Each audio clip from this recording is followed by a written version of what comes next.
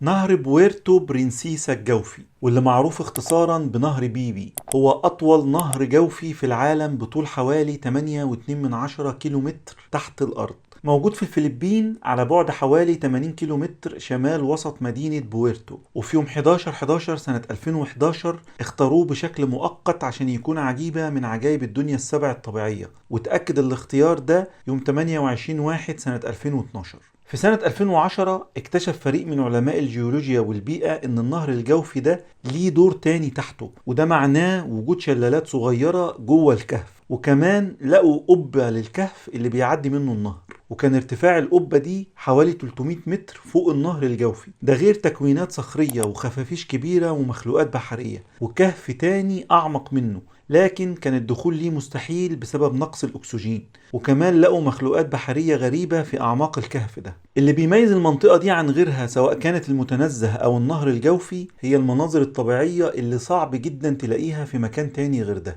والنهر اللي بيأثر عليه المد والجزر في البحر بسبب إن الجزء الأخير من النهر ده مية مالحة من البحر، وكمان النظام البيئي المتكامل من الجبل للبحر، وكمان هنلاقي داخل فيه شوية من أهم غابات آسيا.